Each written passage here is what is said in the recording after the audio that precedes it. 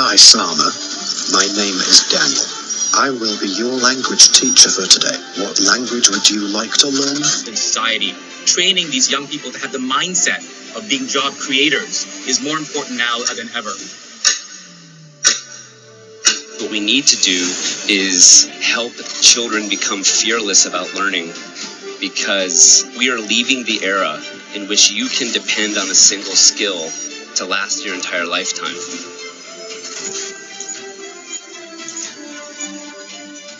You know, I always keep thinking, how would schools look like 100 years from now? Let's find out. Students will not be having subjects like mathematics, statistics, economics, history or biology individually anymore. So instead of subjects, learning is going to become problem based. What is the meaning of this?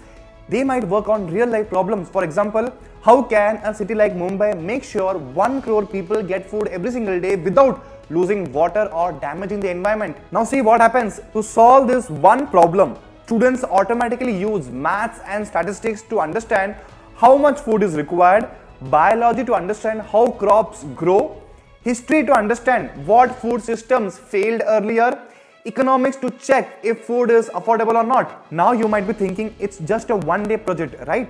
Wrong. It's not one day, it's not 1 week, it's not even 1 month. It might take months, it might take even years. Why? Because they have to go on a deeper level. They have to understand how food, water, money and people are actually connected.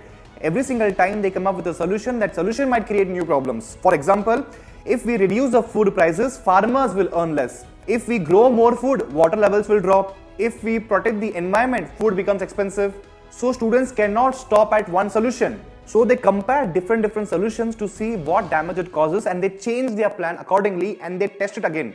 They do this continuously over and over again until and unless they reach a solution where the solution causes the least damage. Now the important question is, if learning is changing so much, what will classrooms look like? Let's find out in our next video. Share this with someone who may need it. Grady versus dive. The lessons are accessible to children in the metaverse world using VR headsets to dive being developed as subject-led education group. Nathan O'Grady is project.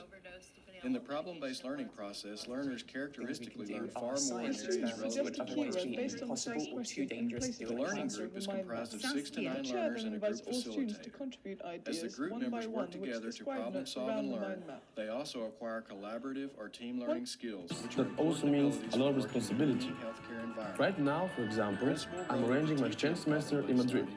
How cool is that? Facilitator or educational coach, and to provide the In this group session, we're the managers who have to allocate the resources of a real company. brainstorm and work together. This is how we put into practice what we learned this morning. History, Studying here means being proactive and learning to plan well. Information that was gathered in the Prioritizing and history. Let's go ahead and refine the differentials. Just say up From- arrow, down arrow, and why, depending on what's the most likely versus least likely from what you've gathered so far. Well, we can probably up arrow dementia just because his age, we still can't rule it out yet. So side arrow UTI, and